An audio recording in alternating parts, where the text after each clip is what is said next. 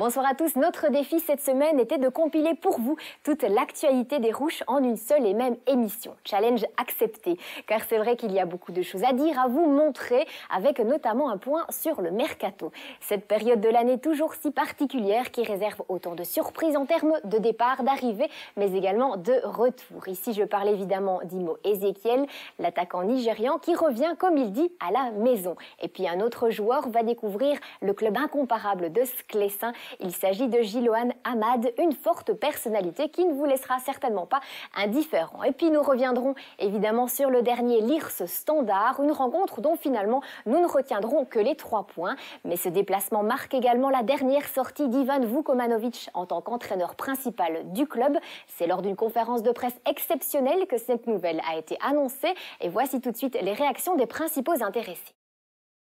On est très content de tout ce que Ivan a fait pour le Standard. Il faut s'imaginer qu'il était deuxième entraîneur et qu'il a dû reprendre de très belle façon l'équipe, par bien sûr plusieurs victoires, que Ivan ne s'est jamais plaint, alors que c'était pas toujours une situation facile, en sachant aussi que en étant T2, la relation qu'il avait avec les joueurs, c'est une relation vraiment particulière. Et que, bon, voilà, nous, on a dû prendre quand même une décision plutôt, non pas en réaction, mais plutôt en prévision, en se disant tout simplement qu'on ne veut pas se retrouver à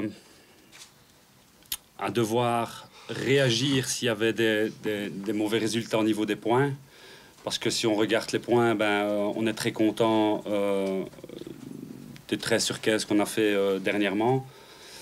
Donc, on veut que José soit l'entraîneur principal avec Ivan, bien entendu, dans le staff. Maintenant, Ivan demande quelques jours de réflexion parce que c'est quelque chose qui n'est pas évident pour lui. Je vais lui donner la parole. C'était une opportunité exceptionnelle à pouvoir s'exprimer, à se montrer, à donner mon meilleur. Moi, de mon côté, tout le jour et tous les moments, j'essayais de donner mon meilleur. Même si des fois, pour un jeune entraîneur, c'était pas évident, parce que on sait bien tous qu'en Belgique, le Standard, c'est quelque chose du spécial, ça restera, et ça a été quelque chose de spécial. Et pour moi, ça va rester toujours dans le cœur. Les prochains matchs qui viennent vers nous, ce sont des matchs dits faciles, où justement on n'a eu que des problèmes.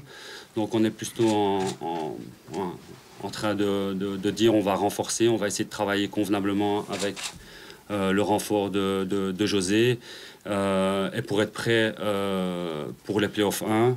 Je pense qu'un travail a été bien fait jusqu'à présent, et mon souci c'est d'apporter ma connaissance, mon travail bien entendu, et voilà, et d'aider le Standard à atteindre ses objectifs. Beaucoup de personnes ont souvent assimilé José Riga et Roland Duchâtelet, alors que finalement, je pense que c'est simplement un président qui a demandé un entraîneur, point. Il n'y a pas plus, de la même façon qu'il m'a demandé la première fois pour le Standard, et que pour Charlton, alors que j'étais à milieu de m'attendre à cette proposition-là, il est venu vers moi. Voilà. Et cette fois-ci, c'est Bruno et Axel et qui m'ont clairement expliqué la situation, et donc sur base de cette explication et sur base de ma propre réflexion, étant donné évidemment que j'étais libre depuis quelques mois, voilà, j'ai considéré que je pouvais les aider dans ce qu'ils espèrent achever cette année-ci, c'est-à-dire la présence dans les playoffs et la meilleure représentation pour le Standard, bien entendu. Le Standard est un club qui me tient forcément à cœur. Je suis content de voir que des personnes, je vais dire, proches de la région et fervents supporters du Standard s'en occupent aujourd'hui. Et donc, voilà, la démarche venant d'eux, j'ai été plus facile à faire partie, je dirais, de ce challenge. Voilà, c'était plus facile pour moi. José Riga est justement l'entraîneur qui a lancé Imo Ezekiel, lui qui était arrivé en janvier 2012 au Standard. Après un bref passage à Al Arabi au Qatar, Imo est donc de retour dans le club de son cœur avec un brin d'émotion, mais surtout une grande détermination, comme il nous l'a confié dès son arrivée.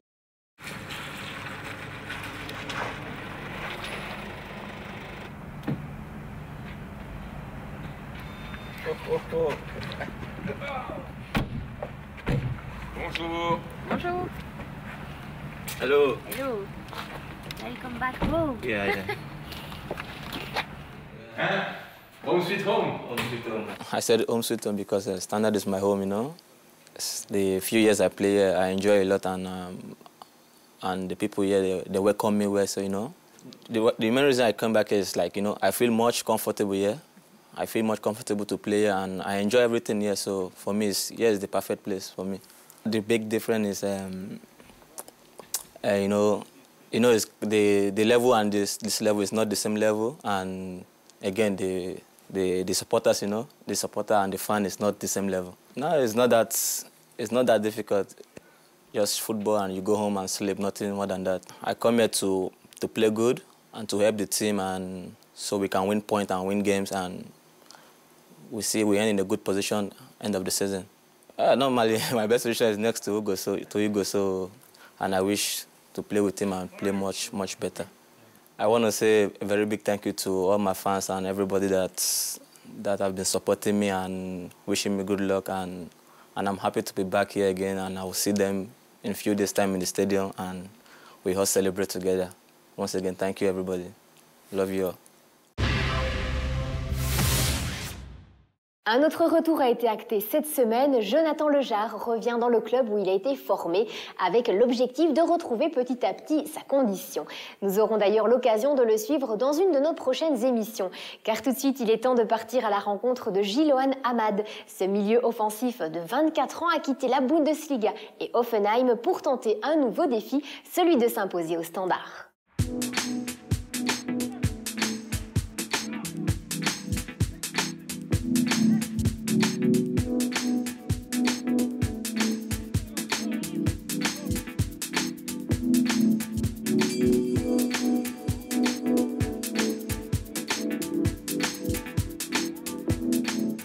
My name is Ilwan, I'm 24 years old. I grew up in Sweden, but my family are Kurdish. I play football since I remember. I was 5 years old when I started, played in my city, and then I signed contract with Malmö. Had 6 good years in Malmö with a lot of experience. And then it was time for me to take the next step from Sweden, so I signed a contract with Hoffenheim for 3.5 years in Bundesliga. So I've been there 1 year now in Germany, and first half year was good, but now the last 6 months I'm not so satisfied with the situation, so I asked the club to see another solution, and Standard came up, and for me it was perfect, and I'm looking forward to this challenge. I think I'm a hard worker. I like to run a lot for the team and help the guys. I'm a winner. I like to win games. Even in training, I always do my best to win.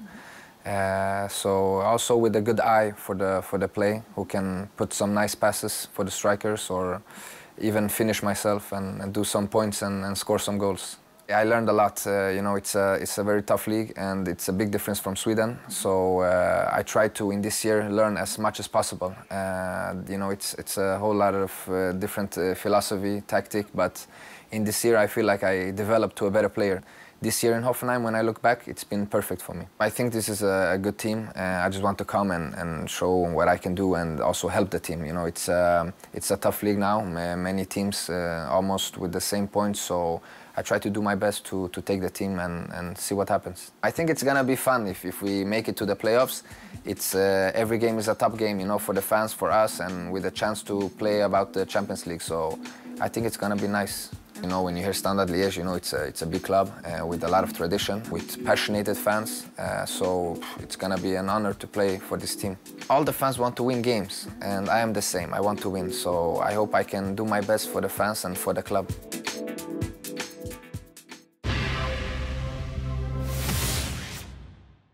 Après un classico remporté par les Rouges, le calendrier prévoyait un match piège du côté du Lierse, où les Liégeois se sont d'ailleurs fait peur en deuxième mi-temps, comme nous l'explique et nous le confirme Étienne Delangre.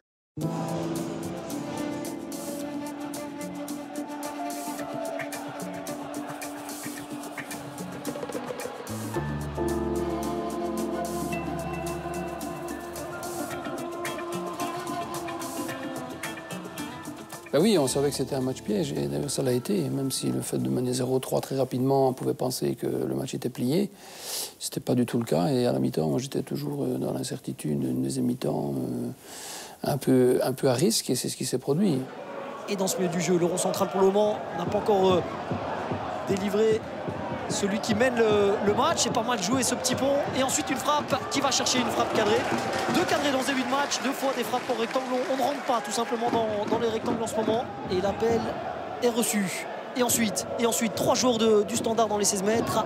Bia, Louis de Camargo et Carcelin même qui s'infiltre là tout doucement. Voici la première possession dans le rectangle. Et le premier but, simple et de bon goût. Bia pour un choix parfait.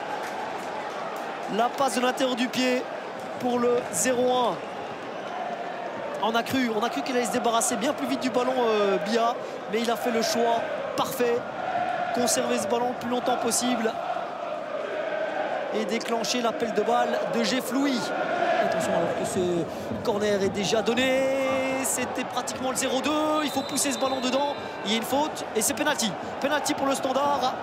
Faute sur Astanagic. Non, c'est clair, penalty selon l'arbitre, hein, c'est clair, on s'entend bien. Voyons voir ce qu'il a vu. Alors, dans ces 6 mètres, suivez bien Astanagic parce que c'est là où il y a le problème. Ouf, c'est léger, très léger. Bia, il a cette qualité sur penalty de jamais s'énerver et surtout d'aller chercher une feinte de corps ou une feinte oculaire. On ne sait jamais trop, mais en tout cas une feinte, histoire de la placer très facilement à la droite du gardien. Penalty précis. Et Geoffrey Moudjanji Bia qui, comme l'an passé, continue à avoir des très belles stats. C'est le 2e meilleur buteur du club avec 8 buts. Mais le Standard qui joue tranquille et qui mène 0-2, c'était une évidence. Entre-temps, au match aller, souvenez-vous, le Standard menait 2-0 avant de se faire rejoindre en 2e mi-temps. Mais ça ne va pas se passer aujourd'hui. Le Lirs est amorphe et va prendre un 3e but, Julien Dessart. Un 2e pénalty pratiquement consécutif. Seulement là, le ballon était en mouvement. Terrain, certainement le terrain. Il faut le prendre en considération. Alors peut-être qu'il y a une faute de Dessart, mais le terrain n'est pas facile. Petit bond, vous le voyez, il prend ce ballon qui est à 10 cm du sol. Corner qui va chercher encore une petite boulette. Et non, 2e penalty, mais non. Ça devient une blague ici. Circus toute la semaine. Au Lirs, c'était le cas en semaine, c'est le cas le week-end. Alors Bia, il a cherché un intérieur du pied à la droite du gardien à quelques instants. Il va réitérer. Non, côté opposé. Facile, contre-pied sur le gardien. Bia est trop fort. Quand on regarde le résumé complet de la première mi-temps, on se rend compte qu'on mène par 3 goals d'écart, mais ce n'est pas nécessairement mérité d'après ce qu'on a vu sur le terrain. On marque sur 2 pénaltys, sur une rentrée en touche qui a été vite jouée, qui était bien... très bien terminé, ça c'est sûr, mais 2 pénaltys qui tombent un petit peu du ciel.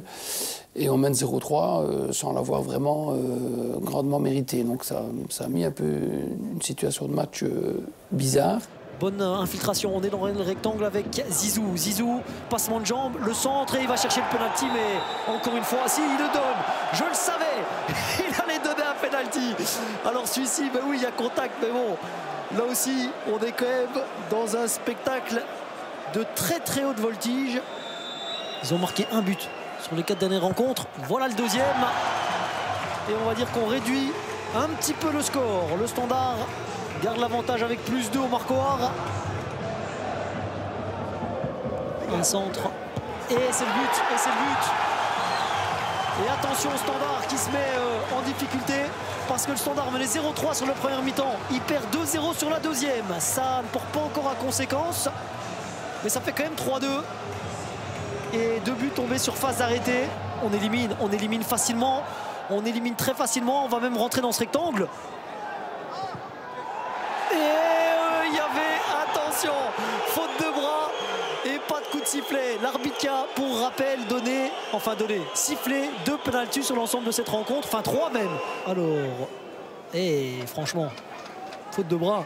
Il a sifflé pour la même chose, un pénalty en première mi-temps pour le Standard. Les joueurs ont eu un relâchement coupable, conscient, inconscient, c'est difficile à dire. En tout cas, la 2e mi-temps fut d'un niveau tout à fait affligeant, certainement pour un club comme le Standard. Les éléments positifs, à part les 3 points, c'est quoi?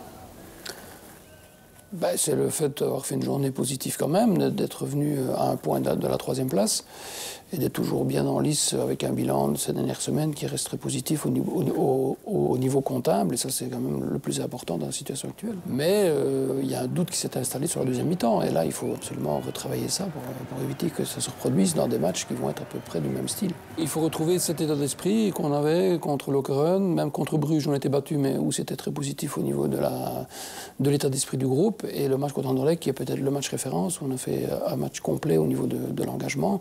Et là, le match contre Moucron, c'était un match, encore une fois, extrêmement important et peut-être même décisif pour la participation pour les playoffs 1, parce que c'est une victoire vendredi permettrait aussi de profiter des confrontations qui ont lieu pendant le week-end. On doit simplement regarder dans notre assiette. Si on prend 3 points vendredi, de manière automatique, on se rapprochera encore un peu plus des playoffs 1, qui est évidemment l'objectif numéro 1 du club.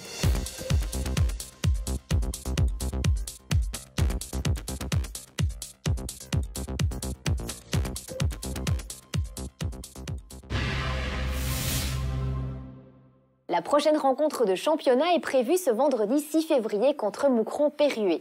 À cette occasion, les groupes d'animation organisent une grande collecte de vivres non périssables au profit des Restos du Cœur de Liège. Rendez-vous donc aux entrées des 4 tribunes, à la Cosa, l'entrepôt, mais également au fan coaching pour déposer tous vos colis qui seront bien utiles en cette période de grand froid. En tout cas, on compte sur vous et votre générosité.